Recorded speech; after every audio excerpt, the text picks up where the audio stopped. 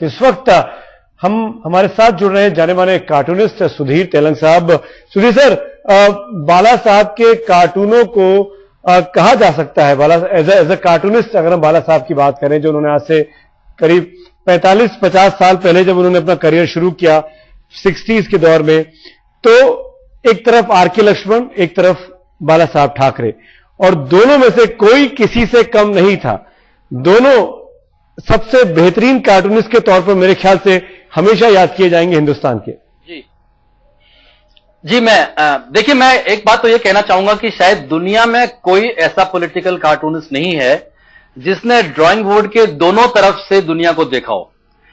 मुझे इतिहास में ऐसा कोई कार्टूनिस्ट नजर नहीं आता जिसने कि पॉलिटिक्स ज्वाइन की हो और बाद में पॉलिटिशियन बन गया हो।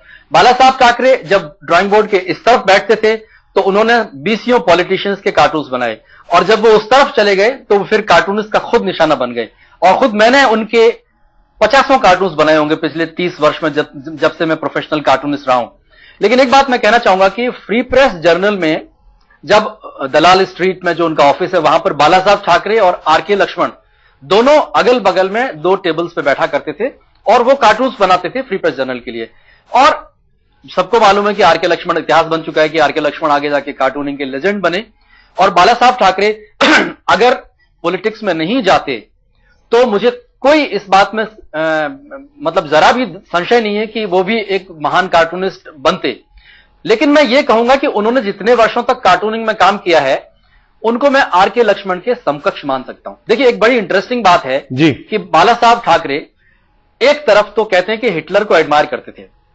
अब वो क्यों करते थे? उन्होंने कहा है कि उसकी जो भाषण देने की कला थी उसकी वजह से मैं उनको एडमायर करता था। और दूसरी बात उन्होंने कही कि वो उनकी जो लीडरशिप की जो एक आयरन फिस्ट वाली जो लीडरशिप होती थी उसको पसंद करते थे। 2 चीजें, वो होलोकॉस्ट को उन्होंने हमेशा कहा कि मेरे को वो उस मामले में वो उसके साथ सहमत नहीं है। लेकिन एक तरफ तो वो हिटलर को एडमायर करते थे और दूसरी तरफ आर.के. लक्ष्मण और बाला साहब ठाकरे दोनों की कार्टूनिंग जिस कार्टूनिस्ट के कार्टून्स पर बेस्ड थी, जिसको उन्होंने अपना गुरु बनाया एक तरह से, वो थे एक ऐसे सज्जन जो कि हिटलर की हिट लिस्ट में थे। डेविड लो नाम के जो कार्टूनिस्ट थे, जो वर्ल्ड वॉर के समय में इंग्लैंड में कार्टून्स बना रहे थे, बाल ठाकरे और आर.के. लक्ष्मण दोनों ने उनकी ड्राइंग स्टाइल को शुरू में इमिटेट किया कंप्लीटली। और मैं कहूंगा कि आर.के. लक्ष्मण और बाला साहब ठाकरे दोनों की जहां तक ड्राइंग स्टाइल्स का सवाल है, बाला साहब ठाकरे बाद में फ्री प्रेस जर्नल के बाद 50s में छोड़ करके चले गए थे और उन्होंने अपने भाई जो कि राज ठाकरे साहब के पिता थे जी, उनके साथ मिलकर के श्रीकांत जी के साथ मिलकर, जो कि संगीतकार थे उस वक्त, उनके साथ मिलकर उन्होंने मार्मिक नाम की पत्रिका निकाली, मराठी की कार्टून वीकली, जिसको कि आप हिंदुस्तान का पंच भी कह सकते हैं मराठी में। उसमें उनके जो कार्टून्स है, मैंने 20 कार्टून्स देखे उनके। उन कार्टून्स को अगर आप कंपेयर करें दुनिया के किसी भी कार्टून से, उसकी विचारधारा चाहे कुछ भी हो, कि बाला Saheb Thackeray right wing cartoonist थे तो उनकी विचारधारा उनके कार्टून्स में भी छलकती थी। लेकिन अगर उनके कार्टून्स को आप देखें और अगर आप तुलना करें दुनिया के किसी भी कार्टूनिस्ट से, तो मैं समझता हूं कि वो कहीं भी कमतर नहीं पड़ते जहां तक उनकी ड्राइंग स्टाइल और कार्टूनिंग का सवाल है। सुधीर साहब, यही आपसे पूछना चाह रहा था कि आपने कहा कि आर.के. लक्ष्मण और बाला साहब दुनिया हिंदुस्तान के 2 बेहतरीन पॉलिटिकल कार्टूनिस्ट हुए। लक्ष्मण साहब ने अपनी जगह बना ली, क्योंकि उन्होंने राजनीति में ध्यान नहीं दिया, बाला साहब पॉलिटिक्स में आ गए। लेकिन अगर आपको लगता है कि अगर बाला साहब पॉलिटिक्स में नहीं आए होते, हालांकि यह हाइपोथेटिकल चीज है, अगर बाला साहब पॉलिटिक्स में नहीं आए होते तो आपके हिसाब से कौन आगे होता दोनों में से? मैं समझता हूं कि आर.के. लक्ष्मण और बाला साहब नेक एंड नेक होते। उनमें कहीं मैं समझता हूं कि कोई दोनों के बीच में कंपटीशन अगर होता तो वो अपनी अपनी स्टाइल में जी दोनों बराबर होते। मुझे नहीं लगता कौन आगे होता। आर.के. लक्ष्मण का अपना एक पॉलिटिकल थॉट अलग। आर.के. लक्ष्मण एक सेंट्रिस्ट कार्टूनिस्ट रहे हैं, जैसे मैं हूं कि हम लोग एक सेंट्रिस्ट विचारधारा के लोग हैं जो कि समय और विषय को देख करके अपना कमेंट करते हैं। जैसे अब अबू अब्राहम थे, वो नेहरूवियन सोशलिस्ट थे, थोड़े लेफ्ट की तरफ थे, या ओवी विजयन है, थोड़े लेफ्टिस्ट कार्टूनिस्ट थे। लेकिन मैं आर.के. लक्ष्मण, हम लोग सेंट्रिस्ट हैं। बाला Saheb Thackeray right wing cartoonist थे और वो बहुत ही, उनको जिस चीज के लिए पसंद किया जाता था, जिस तरह की पॉलिटिक्स उनकी थी, जिस वजह से पॉपुलर भी हुए थे, तो वो फियर्स नेशनलिस्ट विचारधारा के व्यक्ति थे और जो कि उनकी कार्टूनिंग में भी झलकता था। और आप देखिए कि मार्मिक का उन्होंने अपनी पॉलिटिकल आधार तैयार करने के लिए भी मतलब उसका इस्तेमाल किया। 1960 में मार्मिक पत्रिका शुरू की थी उन्होंने।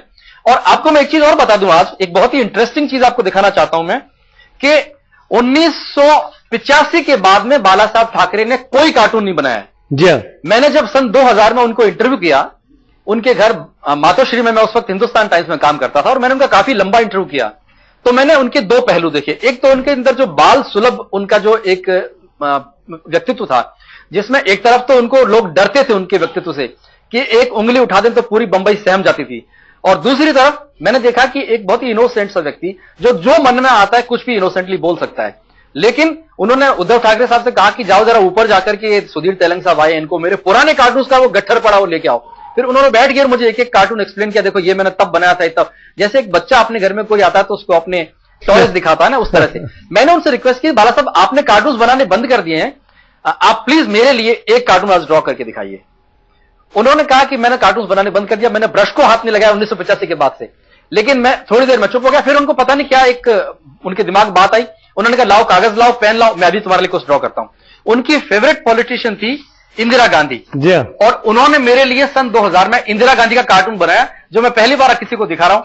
ये अगर आप जूम इन कर सकें, देखिए ये बाला साहब ठाकरे का, मुझे जहां तक यकीन है ये उनका शायद आखिरी कार्टून है जो कि ओरिजिनल मेरे पास में है। ये 3 दिसंबर 2000 को, जिस दिन मैंने उनका इंटरव्यू किया था, उस दिन ये कार्टून उन्होंने बनाया था। इंदिरा गांधी, वो उसको इसलिए पसंद करते थे क्योंकि उनका कहना था कि इंदिरा गांधी को either you can love her और you can hate her, but you can not ignore हर।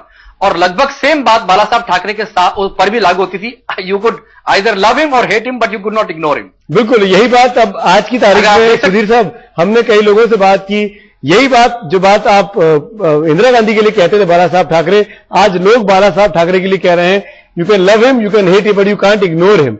बाला साहब ठाकरे की राजनीति, उनका राजनीतिक पहलू इसी तरीके का रहा कि आज आप किसी भी तरफ क्यों ना हो, लेकिन अब बाला साहब ठाकरे को इग्नोर कर आगे नहीं बढ़ सकते। याद कर रहे थे बाला साहब ठाकरे को नितिन गडकरी। मेरे साथ इरफान, जाने माने कार्टूनिस्ट, स्टूडियो में मौजूद है। इरफान साहब, स्वागत है आपका। आप भी श्रद्धांजलि देना चाहेंगे, लेकिन मैं चाहूंगा कि आप अपनी कलम के जरिए, अपने कागज के जरिए बाला साहब को याद करें और बताएं कि आप कैसे याद करना चाहेंगे बाला साहब को। सामना का जो संपादकीय होता था वो अब आज के बाद में मुझे लगता है कि चर्चा में उतना नहीं आएगा और सुना हो जाएगा उनके बिना, उनकी यादें रह जाएंगी। वही मैंने अपने एक कार्टून के अंदर दर्शाया है कि संपादकीय जो है वो खाली पड़ा हुआ है, बिल्कुल, और उसकी जगह पर आप कैमरे की तरफ दिखाएं और ये अच्छे से सामने आ पाएगा। इरफान साहब ने एक कार्टून बनाया है, अगर आप देख पाए, बाला साहब ठाकरे नहीं रहे और सामना है, संपादकीय है, और जो वो संपादकीय का कॉलम है वो ब्लैंक है, खाली है, कलम वहां पे रखी हुई है। कह रहे हैं कि अब संपादकीय शायद नहीं हो पाएगा जो बाला साहब लिखा करते थे, क्योंकि वो अपने संपादकीय के जरिए ही चर्चा में रहते थे। और मैं समझता हूं कि किसी भी कार्टूनिस्ट के बनने के लिए एक जज्बा होता है, एक विचारधारा होती है हमेशा। वो एक उनके अंदर एक एंगर जो था, वो अपनी मराठी जो है जन्मभूमि है उसको बचाने का, उससे प्यार का उनका जो जज्बा था, उसके लिए उन्होंने लोगों की परवाह नहीं की, किसी ने जो भी कहा उसको उन्होंने सहा और अपनी बात पर वो अड़े रहे। तो जैसे कोई भी कार्टूनिस्ट है, उसका एंगर जो है उसको एक कार्टूनिस्ट बनाता है। जी, अंदर से वो जज्बा होना चाहिए, वो जुनून होना चाहिए, वो उनके अंदर था। लेकिन जैसे कि अभी हमको सुधीर साहब भी दिखा रहे थे, बाला साहब के हाथ का बना हुआ आखिरी कार्टून जो शायद उनके पास है, उन्होंने इंटरव्यू करके जब उन्होंने इंटरव्यू किया 2000 में, तो बाला साहब ने बनाया, उन्होंने इंदिरा गांधी को बनाया। वो कांग्रेस के धुर विरोधी रहे, हमेशा राइटिस्ट आप कार्टूनिस्ट कह लीजिए उनको, आप कह सकते हैं। उनकी विचारधारा वही थी, उनकी पार्टी भी वही थी। आपने कहा कि एक विचारधारा होनी जरूरी है, क्या उनका कांग्रेस विरोधी होना ये सबसे बड़ी वजह थी कि उनके कार्टूनों में जवाहरलाल नेहरू, इंदिरा गांधी, इनकी खिंचाई ज्यादा हुआ करती थी? एक्चुअल में कांग्रेस विरोधी नहीं कह सकते उसको आप, क्योंकि किसी भी कार्टूनिस्ट की, मैंने आपको पहले भी कहा कि एक विचारधारा होती है, तो उनके मन में एक soft corner other than Congress party जो है दूसरी पार्टियों के लिए रहा होगा, और उन्होंने देखा होगा कि कोई ना कोई ऐसी वजह होगी जिसके कारण वो उनका अगेंस्ट में रहे। क्योंकि उस टाइम पे या तो कांग्रेस होती थी या दूसरी पार्टी, तो ये जनता पार्टी वगैरह तो बाद में ही आई है, लेकिन उस समय कांग्रेस ही पावर में ज्यादातर रही है। तो उस जो भी नीतियां थी जिसकी जो लागू होती थी वो कांग्रेस की तरफ से ही होती थी, और उनका विरोध करना, जो आम आदमी के अंदर जो बात होती थी उसको वो अपने कार्टूनों में ऐसा कोई कार्टून उनका जो आप जिक्र करना चाहेंगे, आप अगर आपके पास वो दिखाना चाहें, जो मैंने पत्रिका आती थी मार्मिक के नाम से, मार्मिक के अंदर एक मुझे ये बहुत अच्छा ये कार्टून लगा दी कि अब इसमें बेकारी और गरीबी जो है उसको उन्होंने एक टारगेट किया है। और किसी भी कार्टूनिस्ट के लिए ये बहुत इंपॉर्टेंट फिगर होते हैं, बेकारी और गरीबी, जो कि सदियों से चली आ रही है हमारे देश में। भ्रष्टाचार वैसे ही खड़ा हुआ जैसे आज की तारीख में खड़ा रहता है, वो अपने मजे कर रहा है। और ये देखिए क्षेत्रवाद, मतलब जी क्षेत्र के लिए लिखा हुआ है कि कौन कौन से क्षेत्र के लोग इसके अंदर वोट डालें आकर। तो गरीबी और बेरोजगारी जो है वो कैसे आकर के वोट कर रही है। ये कब का कार्टून है? ये कार्टून इनका है, ये करीब 1975 का है। 1975 की। आज की स्थिति और तब की स्थिति में कोई अंतर नहीं, कोई अंतर नहीं आया है। जी। तो आज की तारीख में अगर आप कहें तो आज रूलिंग जो गवर्नमेंट है उसके खिलाफ कार्टून बनेंगे, तो इसका मतलब ये नहीं है कि वो कांग्रेस के अगेंस्ट में कार्टूनिस्ट हैं, लेकिन जो रूलिंग पार्टी होती है उस टाइम उसके खिलाफ कार्टून बनते ही बनते हैं। बिल्कुल। मैं सुधीर जी से बात करना चाहूंगा। सुधीर तेलंग जी भी हमारे साथ लगातार मौजूद है। सुधीर साहब, आपने दिखाया वो एक बहुत ही अविस्मरणीय चीज है जो आपके पास है, बाला साहब के बनाया हुआ। मेरे ख्याल से जैसे कि आप बता रहे हैं कि आखिरी कार्टून जिन्होंने 2000 में बनाया, इंदिरा गांधी का स्केच बना के दिया, आपने हमको दिखाया भी। आज तक के तमाम दर्शकों ने शायद पहली बार वो आखिरी कार्टून देखा होगा आपकी मदद से, आपके सौजन्य से। हम चाहेंगे सुधीर साहब, ऐसा कोई जिक्र, ऐसा कोई वाकया जब आप बाला साहब का इंटरव्यू कर रहे थे जो उन्होंने सुनाया हो, क्योंकि मैं ये इसलिए पूछ रहा हूं कि बाला साहब क्रिकेट के बहुत बड़े फैन हुआ करते हैं। आप भी क्रिकेट खूब देखते हैं, जहां तक मैं आपको जानता हूं सुधीर साहब। लेकिन जावेद मियादाद के साथ उन्होंने मुलाकात की थी कुछ साल पहले, वो भी खूब खबरों में रही थी। आपको भी वो घटना याद रही होगी। कैसे याद करना चाहिए एज ए क्रिकेटर बाला साहब? इवन नहीं, मैं कुछ छोटी बातें बताऊं। जैसे माइकल जैक्सन भी उनके घर गए, आपको याद होगा, और उन्होंने इस बात को काफी हंसते हुए बताया था कि मेरे घर में वो आए तो उन्होंने वहां पर पेशाब ही पीड देयर इनसाइड। उन्होंने इस बात को कहा वहां पे। मैं एक चीज और कहना चाहूंगा कि जब मैं उनसे मिला था, बाला साहब की एक आदत है कि वो वर्ड्स को पन करते हैं। मैंने उनसे पूछा कि एक यूटोपिया जो होता है, यानी कि एक आदर्श समाज होता है, उसमें कार्टूनकार की कोई भूमिका नहीं होती है, तो आपका इस बारे में क्या कहना है? तो बाला साहब ने कहा यूटोपिया को तो छोड़ो, लेकिन टोपिया जब तक है तब तक कार्टूनिस्ट के लिए स्कोप की कोई कमी नहीं है। फिर उन्होंने कहा टोपिया का मतलब टोपी वाले मतलब कांग्रेस के लोग जब तक हैं तब तक कार्टून बनाने वालों के लिए कोई कमी नहीं होगी सब्जेक्ट्स की। और दूसरा ये कि ये मेरे ख्याल से बहुत सही नहीं होगा कहना कि वो बाला साहब कांग्रेस के धुर विरोधी थे। शुरुआत में नहीं थे इतने विरोधी उन्होंने, बल्कि आप सोचिए कि कांग्रेस के प्रोडक्ट भी थे कई काफी हद तक। जब वसंत राव चीफ मिनिस्टर हुआ करते थे तो उन्होंने, कांग्रेस पार्टी ने चाहा था कि किसी तरीके से जो कम्युनिस्ट पार्टीज का होल्ड था, वहां की जो ट्रेड यूनियंस थी, उसको कैसे तोड़ा जाए। तो बाला साहब को उन्होंने इस्तेमाल किया उस वक्त में, और बाला साहब ने उस वक्त का अच्छी तरह से इस्तेमाल किया खुद ने, और उनकी पार्टी को इसी वजह से वसंत सेना भी लोगों ने कहना शुरू कर दिया था जी। तो बाला साहब ठाकरे इंदिरा गांधी के एडमायरर थे। और उन्होंने मुझे बताया कि मैंने उनसे पूछा कि और आपको कौन से लोग हैं जिनके कार्टून बनाना पसंद है, और आपने कार्टून बनाना छोड़ा क्यों? उनका कहना था कि देखिए, महात्मा गांधी, नेहरू जी, पटेल, पंत साहब, राजा जी, ऐसे पॉलिटिशियंस जिस वक्त होते थे तो कार्टून बनाने में भी मजा आता था। इंदिरा गांधी भी थी तब भी मजा आता था। अब कार्टून बनाने में कोई मजा नहीं आता क्योंकि ऐसे पॉलिटिशियंस ही नहीं बचे हैं। आखिरी पॉलिटिशियन जिसको उन्होंने अपनी तरफ से पसंद किया, उनका कहना था कि राजीव गांधी मुझे बहुत पसंद थे, और उन्होंने राजीव गांधी के एक्चुअली फेवर में कई कार्टून्स बनाए हैं उनको। और उन्होंने एक इंटरव्यू में मुझसे भी उन्होंने कहा कि राजीव गांधी जो हैं वो सिंसियरली देश को बदलना चाहते हैं। और उन्होंने, मुझे एक कार्टून याद है मार्मिक में उन्होंने बनाया था कि भ्रष्टाचार है जो जड़ों तक गहरा है, और राजीव गांधी उसको खींच करके उखाड़ने की कोशिश कर रहे हैं, और एक कॉमन मैन दूर खड़ा, वो कह रहा है कि भाई साहब जरा ढंग से कीजिए, मुश्किल है, आप इसको कर नहीं पाएंगे, बड़ा मुश्किल काम है। एक चीज और बताऊंगा कि जो कार्टून्स 1940 के दशक में, 50 के दशक में या 60 के दशक में बाला साहब ने बनाए हैं, या 70 में भी, और मैं समझता हूं कोई और भी कार्टूनिस्ट बनाए, तो वो आज भी अगर छापे जाएं तो रेलेवेंट होंगे। बिल्कुल, शायद कारण ये है, यही सबसे बड़ी वजह थी। जैसे कि आपने राजीव गांधी का जिक्र किया कि बाला साहब ने कहा कि आखिरी पॉलिटिशियन के तौर पर अगर वो किसी के कार्टून बनाना चाहते तो शायद राजीव गांधी थे उनकी नजर में। और ये शायद सबसे बड़ी वजह है कि जब बाला साहब ठाकरे बीमार पड़ते हैं, वो अपनी अंतिम सांसें ले रहे होते हैं, तो उनको देखने के लिए across all political parties across all fraternity तमाम लोग वहां पहुंचते हैं, उनके लिए दुआएं करते हैं। यही शायद उनकी लोकप्रियता का बहुत बड़ा पैमाना था। मैं अपने सहयोगी अमिताभ सिन्हा के पास भी ले चलूंगा। अमिताभ सिन्हा इस वक्त मुंबई से मेरे साथ सीधे जुड़ गए हैं। अमिताभ, पहली चीज, यहां पर तो कार्टूनों को लेकर चर्चा चल रही है, लेकिन मैं जो आपसे जानना चाहूंगा वो मुंबई की स्थिति के बारे में। क्या वहां मातोश्री और मातोश्री के आसपास के इलाके में सब कुछ ठीक है? जो अपील की गई है संयम बरतने की, क्या उसके हिसाब से सब कुछ ठीक चल रहा है?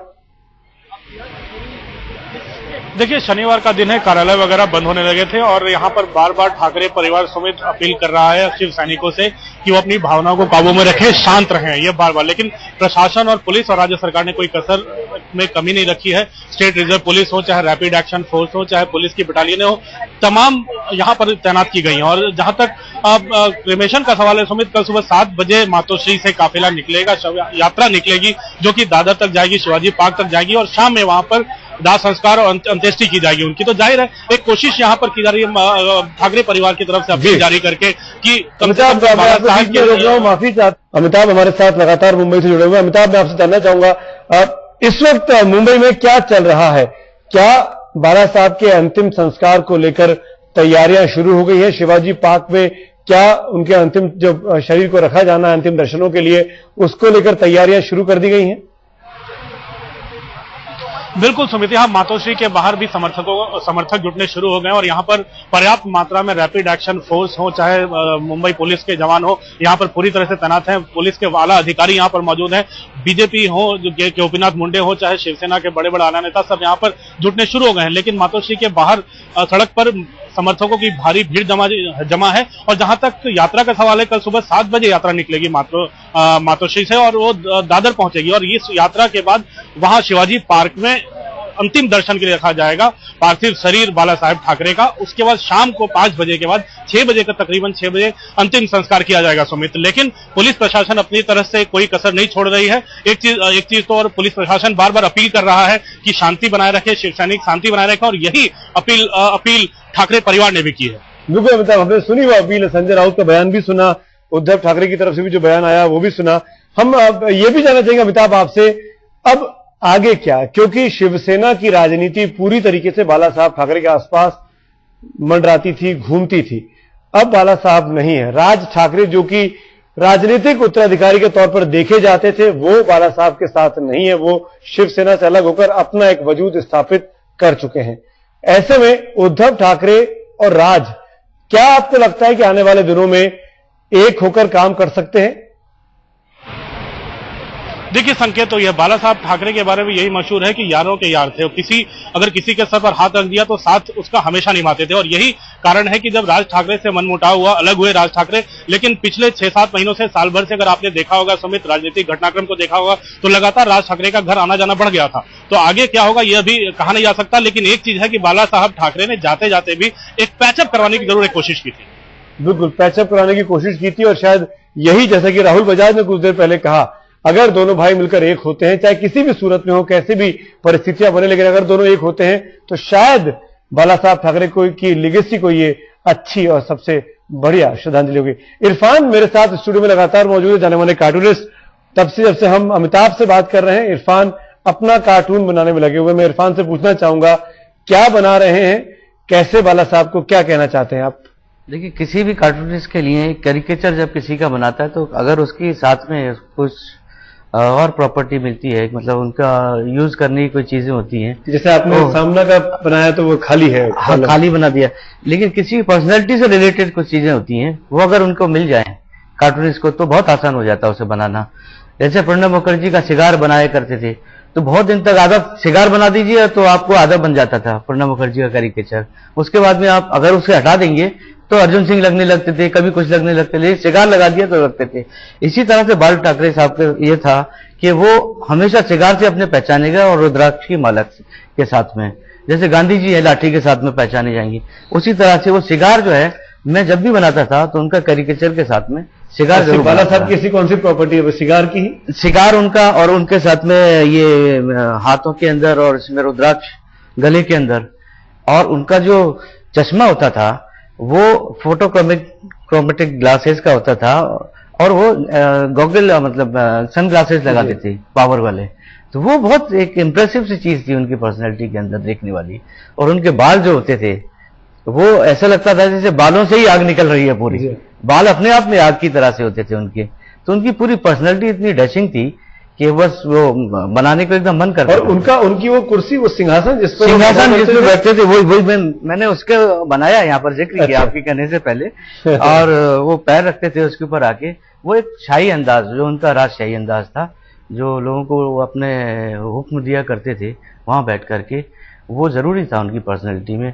और एक ऊपर से अंग वस्त्रम जो डालते थे जी, गेरुआ कलर का, वो भी एक पूरी टोटल पर्सनैलिटी जो थी। उसके फिर अंदर जाइए आप तो जो उनके बयान होते थे वो भी अट्रैक्ट करने वाले होते थे, इसीलिए वो कार्टूनिस्टों का भी पात्र बनते रहे। बिल्कुल। और एक तरफ एक जमाना वो था जब वो कार्टून बनाया करते थे। जी जी। एक जमाना वो हुआ कि जब वो कार्टूनों के, अभी सुधीर जी कह रहे थे इस बात को कि एक जमाना आया था, उन्होंने ये वाली बात कही कि मुझे कोई कैरिकेचर्स मिलते ही नहीं है अब तो, इंदिरा गांधी के बाद में। अगर आज की तारीख में वो बना रहे होते तो मैं उनसे ये कहता, आज तो ऐसे लोग हैं कि हम ये सोचते हैं कि किस पे ना बनाएं। आज शाम को सोचना पड़ता है कि इस पे बनाए कि ना बनाए। देखा जाए तो सभी लोग कार्टून बनाने लायक अपनी स्थिति में आ गए। तो मैं दिखाता हूँ वो कार्टून जो मैंने बनाया, जो आपने बनाया। हाँ, ये कि अब जो रह गया बाकी, वो उनका सिंहासन है और उनकी सिगार है, वो मैंने खाली है सिंहासन, वो खाली सिंहासन है और सिगार भी है। बिल्कुल। और शायद यही मेरे ख्याल से एक बहुत ही, इस खाली पिक्चर में सब कुछ आपने कह दिया। ये उनके व्यक्तित्व का बहुत अछूत वो हिस्सा थे, बिल्कुल, जो हमेशा उनके साथ रहे। बिल्कुल। और ये पहचान रही हमेशा बाला साहब की। आपने कभी बाला साहब को किसी और कुर्सी पर बैठे शायद ही किसी तस्वीर में देखा हो, अगर वो मातोश्री में है अपने घर में। बहुत बहुत बढ़िया। आपने बहुत कम चीजों में, बहुत कम कैरेक्टर्स बनाकर कुछ लाइनों में आपने सब कुछ कह दिया। बाला साहब अब नहीं है, सिंहासन खाली है, उनका सिगार उनका इंतजार कर रहा है। अमिताभ भी मेरे साथ लगातार मौजूद है मुंबई से। अमिताभ, अब बाला साहब की पकड़ थी पार्टी के ऊपर। बाला साहब ने एक बात कह दी तो कह दी, उसको पलटना, उसको बदलवा पाना, फिर शायद किसी भी पार्टी के नेता में उनसे उस पर कॉन्फ्रंट करने की हिम्मत नहीं हुआ करती थी। क्रिकेट को लेकर सवाल खड़े होते। बाला साहब खुद क्रिकेट के बहुत बड़े फैन रहे। बाला साहब पाकिस्तान के धुर विरोधी रहे। पाकिस्तान के साथ मैच के आज भी वो मुखालफत करते हैं, मुंबई में नहीं होने देंगे। सीरीज आने वाली है पाकिस्तान के साथ, बाला साहब नहीं है। क्या लगता है कि इन परिस्थितियों में मैच, इसको लेकर अब शिवसेना का रुख क्या होने वाला है? देखिए, जहां तक शिवसेना का रुख है, बाला साहब की जो विरासत है उसको संभालना है। उद्धव हो चाहे राज ठाकरे हो, एक दोनों में दोस्ती करवाने की कोशिश। राज ठाकरे का लगातार मातोश्री आना, लगातार जो एक साल तक गायब रहे, कई दिनों तक वो शिवसेना के खिलाफ, उद्धव के खिलाफ बोलते रहे, अस्पताल जाकर उद्धव से मिलते हैं। तो जाहिर है एक कोशिश हुई है दोस्ती करवाने की, और थोड़ी नरमाहट जरूर जाते जाते बाला साहब ने दोनों पक्षों के बीच जरूर लाने में सफल हुए हो। लेकिन एक चीज तो साफ है, जहां तक क्रिकेट का सवाल है, दिल से फैसले लेते थे वो। जहां पाकिस्तान का सवाल है, सीधा हमला बोलते थे, खरी खरी बातें करने वाले थे बाला साहब। तो जाहिर है एक उनकी विरासत जो है, जो उनके बात है, उसको उस पर कायम रखना पत्थर की लकीर होगी, खासकर उनके उत्तराधिकारियों के लिए और उनके शिवसैनिकों के लिए। तो जाहिर है उनकी विरासत को आगे रखने के लिए विरोध का स्वर तो जाहिर है बुलंद तो रहेगा ही। बिल्कुल, और विरोध का स्वर बुलंद रहेगा। शायद हो सकता है कि जो पाकिस्तान को, हम आपको तो कुछ तस्वीरें दिखा रहे हैं इस वक्त मुंबई की। मुंबई के बहुत से इलाकों में बाजार बंद हो गए हैं, मुंबई के बहुत से इलाकों में दुकानें बंद कर दी गई हैं। ये श्रद्धा के स्वरूप है। क्यों? क्योंकि बाला साहब नहीं रहे हैं, मुंबई में मातम है। और शायद यही सबसे बड़ी वजह है कि मुंबई में धीरे धीरे कर बगैर किसी जबरदस्ती के, बगैर किसी ने फोर्स कराए, लोगों ने अपने आप श्रद्धांजलि स्वरूप बाला साहब के लिए दुकानों को, बाजारों को, अपने अपने काम धंधों को फिलहाल स्थगित कर दिया। जैसा कि खुद फिल्म इंडस्ट्री के लोगों ने भी ट्वीट करके बताया, चाहे वो अमिताभ बच्चन हो या फिर करण जौहर। इस तरह के बयान भी हमको लगातार मिलते जा रहे हैं। सचिन तेंदुलकर एक और बाला साहब के बड़े फैन, उन्होंने भी बयान जारी किया है। सचिन तेंदुलकर, आपको पता है, अहमदाबाद में टेस्ट मैच खेल रहे हैं इंग्लैंड के खिलाफ, वहां से सचिन का बयान आया है। बाला साहब के निधन की खबर ने मुझे झकझोर कर रख दिया है। महाराष्ट्र के विकास में उनका अहम योगदान रहा, इसीलिए मैं उनको हमेशा याद रखा जाएगा। दुर्भाग्यवश मैं इस वक्त अहमदाबाद में हूं, लेकिन उनके परिवार के प्रति मेरी संवेदना जाहिर करता हूं। ईश्वर बाला साहब की आत्मा को शांति दे। अमिताभ मेरे साथ हैं, इरफान भी मेरे साथ है। अमिताभ, लेकिन मैं आपसे पूछना चाहूंगा, बाला साहब के बगैर, मर्जी के बगैर मुंबई में पत्ता नहीं हिलता था, ये कहा जाता है। बाला साहब चाहे तो कुछ भी मुंबई के अंदर हो सकता था, लेकिन बाला साहब की लोकप्रियता की इतनी बड़ी वजह क्या रही? चाहे वो फिल्म इंडस्ट्री हो, चाहे वो पॉलिटिशियंस हो, चाहे वो कारोबारी हो, बड़े बड़े उद्योगपति हो, सबने आके बाला साहब के हालचाल जाने और देखा इन तस्वीरों में। क्या बाला साहब का जो अपना दबदबा था वो बड़ी वजह है, या लोग वाकई में दिल से बाला साहब को बाला साहब मानते थे? सुमित, एक चीज तो साफ है, बाला साहब की जो छवि थी शेर की थी, और शिव सैनिक भी यही मानते हैं और उनके विरोधी भी यही मानते हैं। तभी तो शरद पवार कहते हैं, चाहे सुषमा स्वराज हो, नेता विपक्ष लोकसभा की, बीजेपी की वरिष्ठ नेता, चाहे शरद पवार हो, एनसीपी के कद्दावर नेता, महाराष्ट्र की राजनीति के जाने माने नेता, सब उन्हें शेर कह रहे हैं। एक शेर चला गया, एक युग का अंत हो गया। तो जाहिर है एक छवि थी उनकी। लेकिन एक सबसे अहम बात जो सुमित वो है, वो जिसके सर पे हाथ रख दिया, जिससे दोस्ती काट ली, जिससे दिल के तार जोड़ लिए बाला साहब ने, उसका साथ जिंदगी भर निभाते थे। और यही कारण है कि किसी भी पार्टी में हो, किसी भी क्षेत्र में हो, किसी भी इलाके में हो, उनकी जो छवि थी और उनके जो समर्थक थे, उनकी संख्या कभी कम नहीं हुई। चाहे वो राजनीति की दूसरी विपरीत धुरी पर हो, बीजेपी के खिलाफ कई बार उन्होंने बयानबाजी की, नरेंद्र मोदी के खिलाफ बयानबाजी की, उन्होंने कई बार उनकी गलत बातों को सही ठहराया। जब राष्ट्रपति प्रतिभा पाटिल चुनाव लड़ रही थी तो उन्होंने कांग्रेस का साथ दिया था, उन्होंने बीजेपी का साथ नहीं दिया था। तो लेकिन साथ बीजेपी का ही देते रहे। तो कई अहम मामलों पे वो दिल से फैसले लेते जरूर थे, लेकिन छवि ऐसी है कि जिसके सर पर हाथ रख दिया उसका साथ निभाएं। और यही कारण है कि उनके समर्थकों की संख्या हर पार्टी में है, हर क्षेत्र में है, हर इलाके में है। बिल्कुल, और शायद यही वजह है। लेकिन एक चीज और सवाल यह खड़ा होता है अमिताभ, कि बाला साहब महाराष्ट्र के बाहर नहीं निकले और ज्यादातर उन्होंने अपनी राजनीति का केंद्र सिर्फ मुंबई को बनाकर रखा। क्या बाला साहब को डर था कि वो मुंबई से, महाराष्ट्र से बाहर आएंगे तो वो सफलता उनको नहीं मिलेगी, क्योंकि वो मराठी सेंटिमेंट्स की बात कर रहे थे और बाकी जगहों पर उनका ये फॉर्मूला शायद नहीं चलता? क्या वजह रही? देखिए, उन्होंने एक दायरे में राजनीति शुरू की थी, यहाँ मुंबई में मी मराठी के नारे के साथ, और धीरे धीरे आगे बढ़ते चले गए। और यही कारण है कि महाराष्ट्र की राजनीति में मी मराठी के फेर में वो महाराष्ट्र के ही होके रह गए। और महाराष्ट्र के चाहे चप्पे चप्पे पे बाला साहब की ही तूती बोलती थी बाला साहब। और जिस तरह से आज जो भीड़ उमड़ रही है पिछले 3 दिनों से यहाँ पर सुमित, जिस तरह से पुलिस फोर्स तैनात है, जिस तरह से लोगों शिव सैनिकों से शांति की अपील की जा रही है, लोगों से शांति की अपील कर रहे हैं ठाकरे परिवार हो, चाहे पुलिस प्रशासन के लोग हो, तो जाहिर है एक सिक्का उनका चलता था यहाँ पर, क्योंकि फैसले दिल से लेते थे और लोगों के लिए लेते थे। वो फैसले लोगों के लिए लेते थे। इरफान भी मेरे साथ लगातार मौजूद है स्टूडियो में। इरफान, आपकी मुलाकात हुई कभी बाला साहब से? नहीं, मेरी मुलाकात उनसे। अच्छा, आप उनको एज ए पॉलिटिशियन और एज ए कार्टूनिस्ट क्या बेहतर मानते हैं? अब आप ये कहें कि नेता ज्यादा अच्छा है या कि अभिनेता ज्यादा अच्छा है, तो ये एक उनका ट्रांसफॉर्मेशन था। कार्टूनिस्ट होना उनके लिए एक प्लस पॉइंट था, ये इसमें राजनीति में आना। और राजनीतिक तो इसीलिए ज्यादा अच्छे थे कि वो पहले कार्टूनिस्ट थे, क्योंकि उनको पॉलिटिकल समझ इतनी ज्यादा थी और इसी वजह से थी कि वो कार्टूनिस्ट थे।